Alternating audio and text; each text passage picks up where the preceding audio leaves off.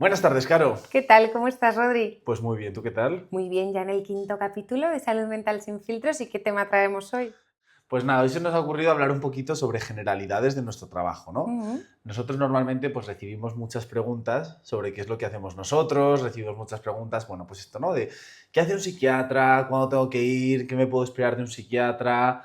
Como muchas dudas, ¿no? Como muchas dudas que creo que tiene la gente que vamos a intentar resolver hoy. Eso es, creemos que al final es un trabajo muy desconocido, que genera mucha curiosidad y nos parecía que podía ser útil pues, explicar y profundizar un poquito más en nuestro día a día, en la consulta. Y a la vez también desmontar algunos mitos, ¿no? Sí, porque creemos que hay como muchísimas... Bueno, es verdad que en los últimos años se ha hablado mucho más de salud mental, es un tema que está como ciertamente en auge, pero todo lo que se dice es verdad. Ujú. Vamos a debatir un poquito sobre esto Eso en es. base a nuestra opinión y a lo que nosotros observamos en el día a día en la consulta. Bueno, pues yo creo que la primera pregunta y la que más recibimos es lo general, ¿no? ¿Qué es lo que hace un psiquiatra? ¿Es lo mismo un psiquiatra que un psicólogo? Bueno, pues para resolver esto hay que empezar explicando que los psiquiatras somos médicos, somos una especialidad de la medicina y por lo tanto hacemos primero la carrera de medicina, luego hacemos el examen MIR y luego hacemos 4 años de especialización después de lo que ya recibimos nuestro título de psiquiatra. ¿Y qué hace un psiquiatra? Pues bueno, depende un poquito de en qué campo te especialices. Nosotros en concreto trabajamos en consulta, ¿no? Ahí trabajamos pues, con personas que traen una demanda, un malestar que tiene que ver con un problema de salud mental y a partir de ahí, pues bueno, enfocamos un poquito el caso a caso. La diferencia principal con un psicólogo sería que nosotros, como somos médicos, podemos prescribir fármacos, ¿no? Que no es todo nuestro trabajo, al contrario de lo que mucha gente piensa, y luego hablaremos de esto, pero sí tenemos como esa herramienta adicional, ¿verdad?, de poder medicar cuando se necesita. Claro, es como parte del tratamiento, digamos. Otra inquietud, Rodri, que nos trae mucho la gente es ¿qué puedo esperar de una primera consulta con un psiquiatra? ¿Qué me van a preguntar? ¿Cómo va a ser? ¿Qué les dirías? Pues sí, mira, esto es muy curioso porque además yo cuando vienen pacientes a verme, que muchas veces pues vienen como nerviosos, ¿no? Que es la primera vez que vienen y que me dicen, joder, esto es como mucho más normal de lo que me esperaba. Y yo digo, pero madre mía, ¿qué se espera la gente de lo que es una consulta con un psiquiatra? Pues la primera vez que tú conoces a un psiquiatra en realidad pues es una primera aproximación a una persona que puede ayudarte y acompañarte en un proceso concreto. Es el Ujú. inicio de una relación que creo que se tiene que construir, que tiene que ser una relación pues donde la vinculación es una parte súper importante y en una primera aproximación pues es una aproximación hacia poder conocer a la otra persona. Es exponer un poco cuál es tu demanda, cuál es tu sufrimiento y nosotros como clínicos pues evaluamos qué tipo de tratamiento te podemos ofrecer. Pues si podemos ofrecer un tratamiento farmacológico, si podemos ofrecer una psicoterapia y sobre todo pues esto, ¿no? Esto que decimos de poder empezar a construir una relación médico-paciente.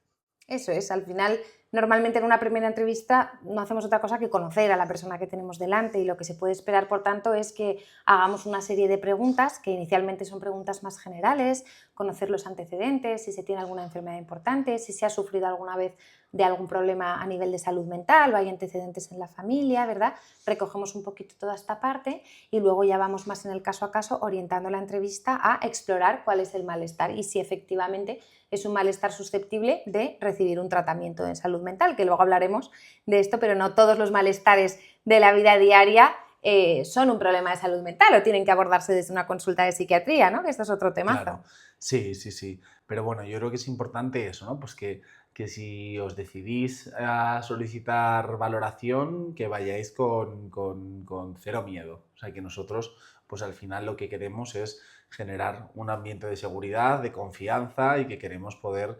llegar a, bueno, pues a conocer y acompañar a la persona. De hecho, yo creo que una de las cosas más valiosas que pueden pasar en una relación terapéutica es que se puedan hablar estas cosas, estos miedos, lo que pasa en la Completamente. relación con el terapeuta, porque eso luego muchas veces es lo que pasa fuera.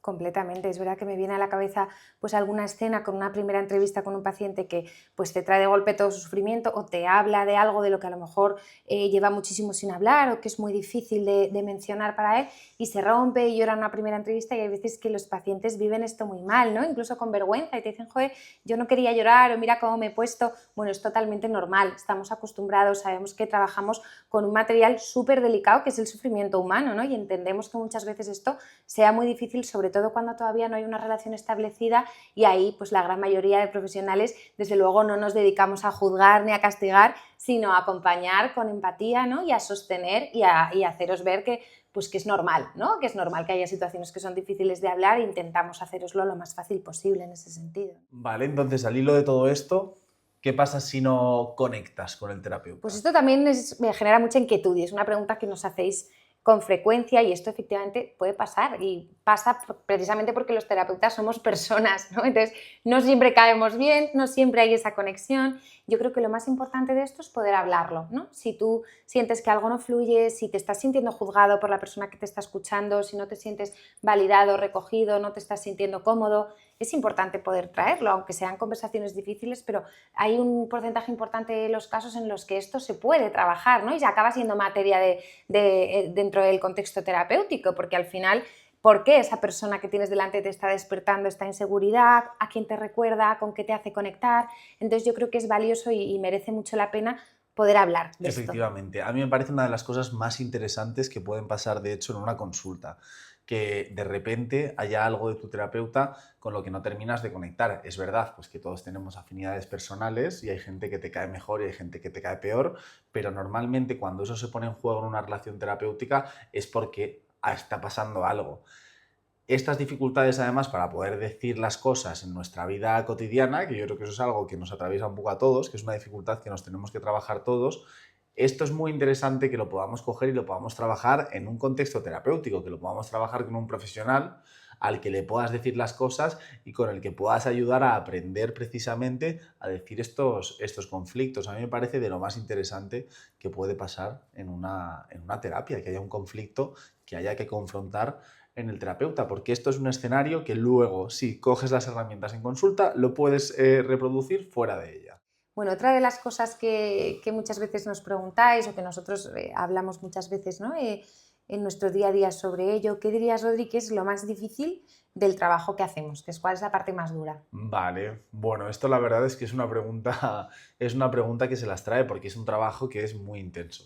Es un trabajo que bueno, pues nos da muchas alegrías, que nos gusta mucho, pero que tiene una carga, sobre todo a nivel emocional, que es dura, que es intensa, pues porque nosotros al final estamos todo el día sosteniendo situaciones emocionales pues muy complejas, estamos sosteniendo pues mucha angustia, además normalmente pues evidentemente somos los receptores de ese estado de ansiedad, entonces bueno, pues sostenemos situaciones muy duras que además a veces no mejoran, a veces nuestras enfermedades se cronifican, a veces la gente está expuesta a situaciones que son pues de gran carga traumática, a veces la gente está expuesta a situaciones pues por ejemplo socioeconómicas muy difíciles, muy duras y bueno, pues al final poder sostener todo esto y poder hacer tu trabajo como lo tienes que hacer, que en realidad es pues ofreciendo una especie de acompañamiento, siendo bueno, pues una figura de cuidado, una figura de afecto, una figura donde todo esto que está pasando fuera pueda reelaborarse y pueda reexperimentarse con una connotación positiva, pues eso a veces a nosotros nos deja un poco exhaustos. Yo creo que esta es la parte un poco más difícil, pero bueno, luego tiene partes que son muy gratificantes, ¿verdad? Completamente. Yo creo que la otra cara de la moneda, ¿no? Es que el trabajo que hacemos, bueno, pues estamos todo el día trabajando con personas, ¿no? Con el psiquismo humano, que al final es una cosa maravillosa y que a nosotros nos encanta y nos intriga mucho, y explorar y profundizar en la manera en la que las personas sienten, piensan, a mí me parece muy bonito, y yo creo que es una oportunidad también para nosotros de mucho crecimiento personal, ¿no? Más allá de lo profesional, yo creo que estar todo el día escuchando estas biografías, estas historias de vida, que muchas veces son historias de mucha resiliencia, de superación, pues también nos hacen aprender mogollón, ¿no? Y yo creo que es un trabajo que a nivel personal es súper enriquecedor, súper gratificante, y efectivamente hay casos que se cronifican y que van muy mal, pero también hay personas que mejoran, hay veces que ves que lo que puedes hacer en la consulta o esa ayuda que puedes aportar es realmente útil, que la gente pues, Sí. con el tiempo se termina encontrando mejor, y esto es una pasada, ¿no? Yo creo que somos muy afortunados de poder dedicarnos a lo que Sí. nos dedicamos. Sí, además yo luego creo que tiene una parte del trabajo en sí, yo creo que es un trabajo que es muy divertido. O sea, bueno, no sé si es divertido exactamente la palabra, pero sí que es un trabajo que es muy frenético, que pasan muchas cosas, que te cuentan muchas historias, que estás todo el rato pues en contacto con la gente y la gente pues normalmente mola. La gente Totalmente. normalmente pues es atómica, de repente te partes en consulta. A mí un poco la parte que más me gusta del trabajo, precisamente, ¿no? Dentro de todo esto que estamos hablando de la vinculación, de generar un espacio de confianza, pues cuando ya tienes esa relación un poquito más establecida, cuando es un poco más sólido, que de repente efectivamente pues disfrutas mucho de la consulta porque pasan cosas que te hacen entender cuál es el trabajo, ¿no? Y que dices, joder, pues mira, para esto estamos. Totalmente, yo creo que bien traído, ¿no? Y cuando viene a cuento el sentido del humor también es una herramienta muy potente que nosotros usamos en consulta, ¿no? Y efectivamente cuando ya tienes un nivel de confianza con el paciente y te puedes permitir un trato más distendido, surgen situaciones como muy divertidas, de poder reírse de uno mismo, de poder darle la vuelta a una situación que inicialmente parecía que iba a ser muy complicada de manejar y luego de repente, bueno, pues te ves pudiendo hacer, abordarlo de una forma un poquito más incluso divertida y esto mola, es verdad que nosotros nos lo pasamos muy bien, especialmente Sí. me venía a la cabeza el trabajo con adolescentes, ¿no? Este vínculo tan chulo que se crea con ellos en las que te vienen un día, oye, me he hecho un piercing, pero no se lo digas a mi madre, pero tal, y te ves tú ahí envuelta en un que muchas veces es divertidísimo, ¿no? Hay veces que no sabemos muy bien cómo salir de las situaciones que nos traen, pero lo pasamos muy bien. Otra cosa, Rodri, que nos traen mucho es, yo no necesito pedir ayuda porque yo tengo muchos amigos, ¿no? Y yo cuando me encuentro mal, cuando tengo mucho sufrimiento, pues lo hablo con amigos y eso me ayuda, que está bien, ¿no? Que muchas veces es así. Pero ¿cuál es la diferencia, no? ¿Cuál sería el punto en el cual ya un amigo no me puede ayudar y tengo que pedir ayuda profesional? Vale, mira, es verdad, y esto lo he escuchado mucho además últimamente, no solo con amigos, sino también con ChatGPT. O sea, a mí me están diciendo mucho en plan de, bueno, pues yo le voy contando toda mi situación a ChatGPT y me va dando unas respuestas que me van cuadrando más o menos. Y bueno, yo creo que todas estas herramientas pues son útiles, igual que evidentemente la figura de un amigo y la calidez de un amigo y un poco, ¿no? Cómo te valida un amigo, cómo te va a recoger, cómo va a empatizar contigo. Un profesional no está para eso. Nosotros lo que hacemos es evaluar una situación clínica y bueno, una parte también de nuestro trabajo es lanzarte preguntas para que tú solito puedas empezar a reformular pues todas estas cuestiones que nos traes. Un amigo normalmente pues te da una respuesta inmediata, ¿no? Te dice, sí, tienes razón, qué malo es no sé quién o qué cabrón tal.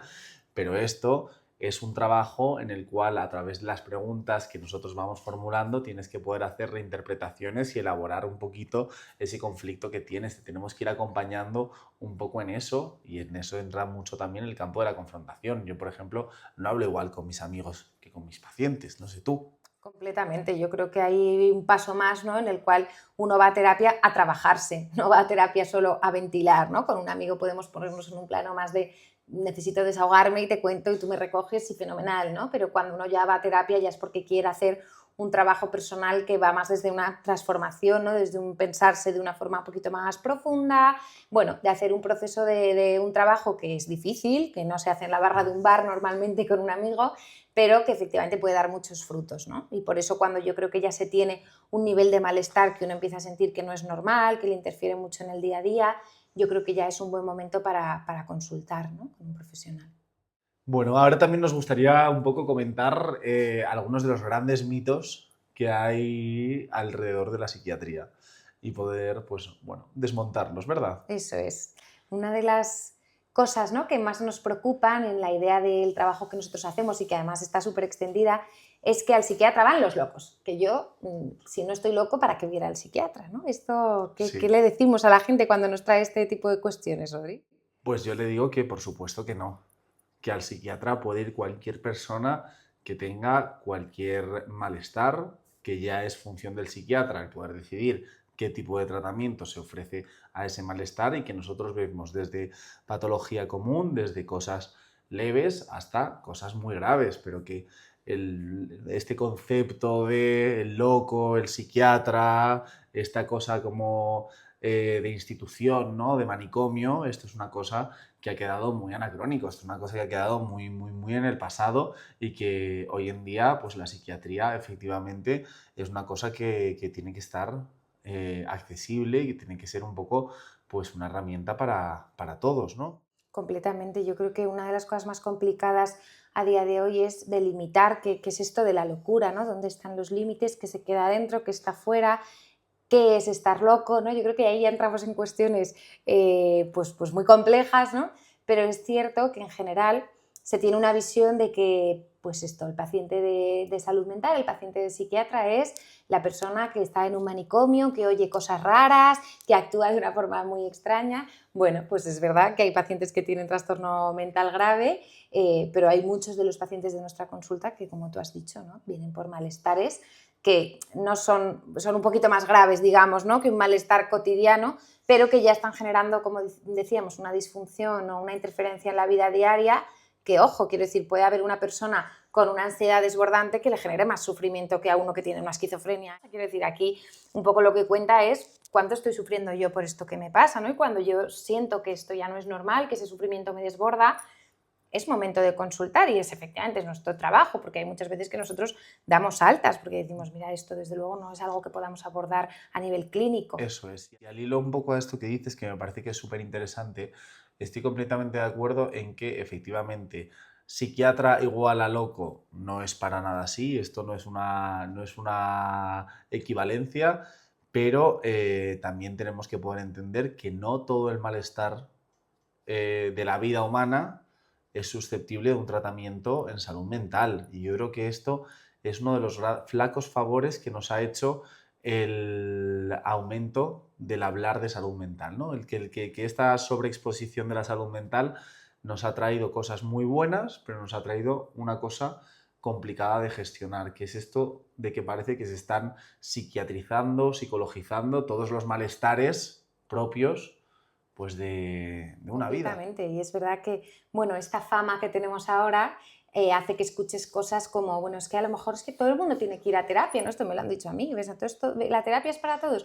Bueno, pues es que esto no es así, ¿no? La terapia es muy útil cuando está bien indicada y cuando es necesaria, pero no cuando a lo mejor tengo una tristeza normal y lógica porque acabo de perder a un ser querido hace una semana, ¿no? A lo mejor eso es una tristeza que simplemente tengo que transitar, que es difícil, pero que forma parte del sufrimiento de la vida humana, ¿no?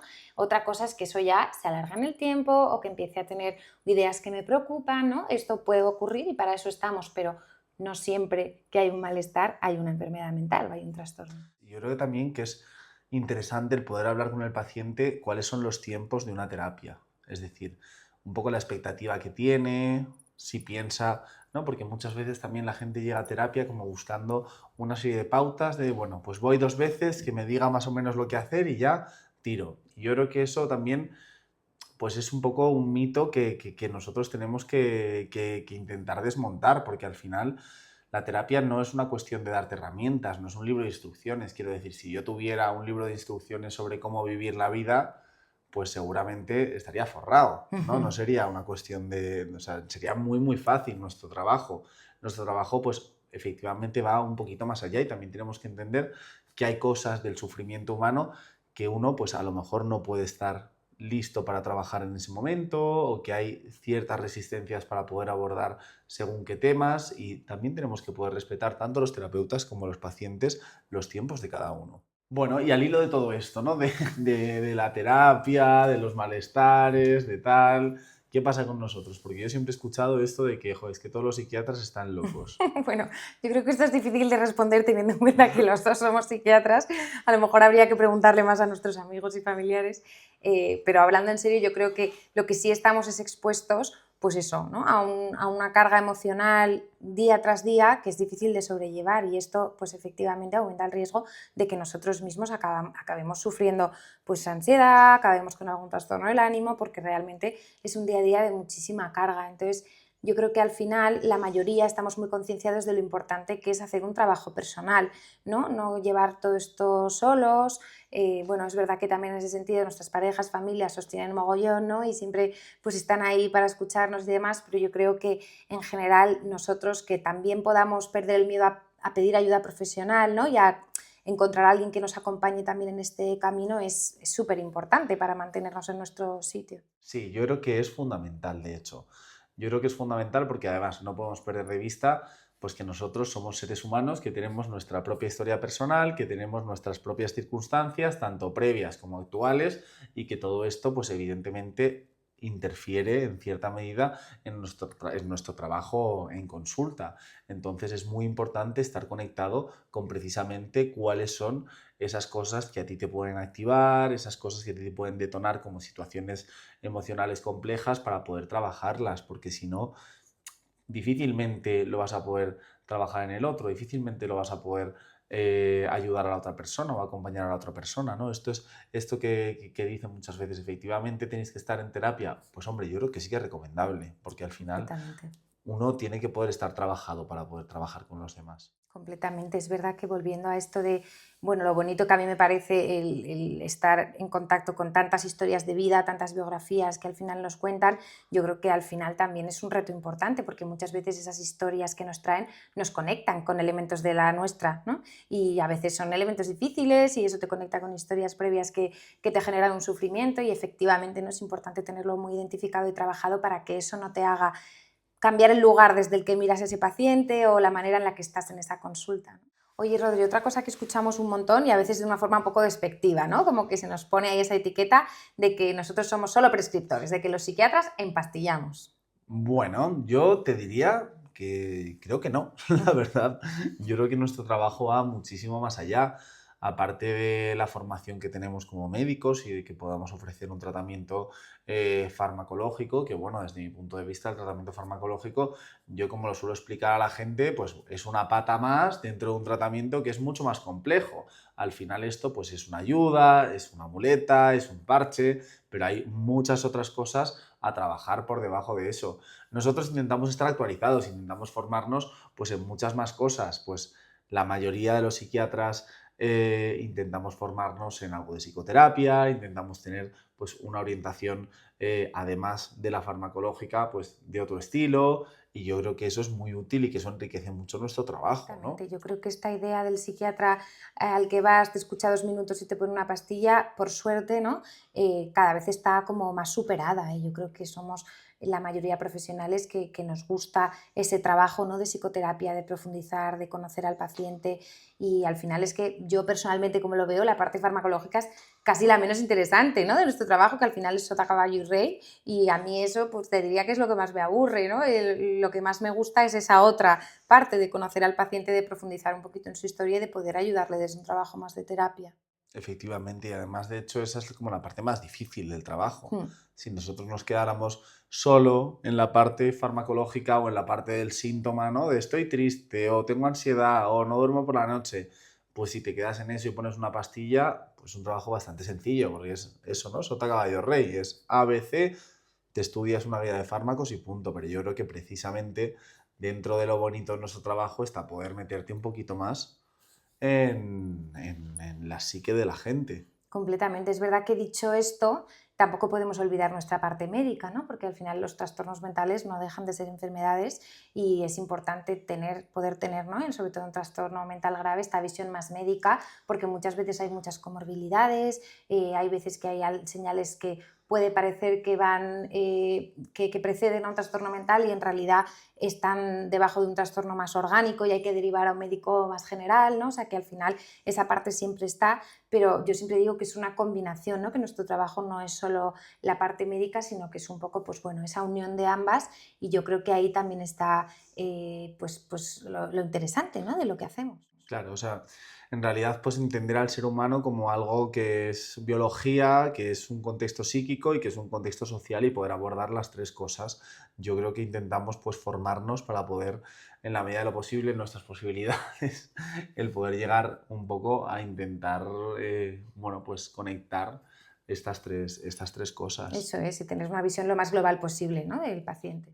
Justamente con esto de la medicación hay muchos mitos también, porque por un lado a mí muchos pacientes me preguntan, oye, pero esto me va a cambiar la forma que tengo de pensar, o me va a cambiar mi personalidad, o voy a dejar de sentir las cosas, o voy a tener que tomar esto para siempre, que yo creo que son preguntas súper frecuentes, súper comunes, que además yo creo que tendría exactamente las mismas, porque evidentemente, hombre, cuando alguien te habla de psicofármacos, pues uno normalmente se asusta un poco, ¿no? Pero bueno, vamos a intentar desmontar estos mitos. Bueno, pues yo creo que esto de que no quiero que me cambien la forma de ser lo hemos oído todos, ¿no? Lo hemos oído un montón en consulta, que es una duda muy lógica Y yo siempre digo lo mismo, las pastillas no tienen tanto poder y yo tampoco, ¿no? Al final esto es una ayuda que cuando hay un malestar que digamos está ahí como muy enquistado, ¿no? O ya hay una parte más biológica de una ansiedad que me desborda, de una tristeza que ya se ha vuelto problemática, pues ahí las medicaciones digamos que ayudan como a desbloquear un poquito eso, ¿no? Como a subir un poco ese ánimo, a controlar un poquito esa ansiedad, a mejorar esa falta de conciliación de sueño, pero no cambian la estructura de nuestra personalidad y no cambian nuestro tren de pensamiento, ¿no? Ojalá, quiero decir, muchas veces ahorrarían mucho sufrimiento si existiera una pastilla capaz de hacer algo así, pero realmente no es esto, son ayudas que lo que hacen es modular, ¿no? Modular algo, alguna conexión a nivel mental que está, pues bueno, un poquito desajustada y está generando un síntoma que al final pues es más fácil de resolver con este apoyo de medicación. Y normalmente son para toda la vida, ¿no? Bueno, lo normal es que no, ¿no? Lo normal es que nuestros fármacos, desde luego, no se tomen de por Eso vida y es. nosotros siempre intentamos poner la mínima dosis y el mínimo tiempo posible, ¿verdad? Especialmente cuando trabajamos con menores de edad. Suelen ser tratamientos acotados en el tiempo y en cuanto empezamos a ver mejora, bueno, hay algunos que hay que mantener un mínimo de tiempo, es verdad, pero suelen ser meses, a lo sumo algunos años, ¿no? Pero normalmente no lo está tomando uno Eso es. hasta el Yo final. normalmente, pues eso, suelo decir que es que para toda la vida hay muy pocas cosas, que eso es mucho tiempo y que eso es como una condena. Claro, si yo te digo algo para toda la vida, un tratamiento, piensas, madre mía, pues casi que no. Total. Entonces, yo creo que efectivamente el mensaje que tenemos que trasladar es que no, que la intención es los fármacos cuando se necesitan, fenomenal, porque son una super ayuda, pero cuando uno va estando mejor, podemos ir valorando en función de cada caso y en función de cada diagnóstico el ir retirándolos. Totalmente. Y de hecho es verdad que muchas veces los mismos pacientes que al principio son súper reticentes y tienen muchísimo miedo a la medicación son los que después, cuando nosotros planteamos empezar una retirada, tienen muchísimo miedo, ¿no? Y te dicen, no, no, pero es que yo estoy muy bien, no quiero quitarla. Y ahí somos nosotros realmente los que muchas veces tenemos que insistir, ¿no? Porque no queremos precisamente mantener medicaciones de por vida, ¿no? Y ahí insistimos en que no, en que la pastilla ya no es necesaria, en que poquito a poco hay que ir bajando y nos vemos en estas escenas también muy a menudo. Bueno, pues nada, oye, esperamos que estas preguntas os hayan podido aclarar un poco sobre nuestra profesión, qué cosas hacemos, a qué nos dedicamos, qué nos gusta, qué no nos gusta. Bueno, pues que haya podido acercarnos un poco a vosotros y a aclararos pues todas estas dudas, ¿verdad? Eso es, y transmitiros también un poquito pues, nuestra pasión por este trabajo que es un poco desconocido, pero que ya habéis visto, ¿no? Que a nosotros nos encanta, nos hace disfrutar un montón y pues, nos parece un trabajo muy bonito. Totalmente, y que podáis acercaros a nosotros o que podáis acercaros a consultar o a solicitar ayuda si en algún momento lo necesitáis sin ningún miedo y sin viendo, ¿no? Pues que somos gente normal, que hablamos, que intentamos acompañar a la gente y que no tenemos una pretensión más allá, que no tenemos mayor poder ni para bien ni para mal. Eso es. Pues muchas gracias por escucharnos y nos vemos en el siguiente episodio.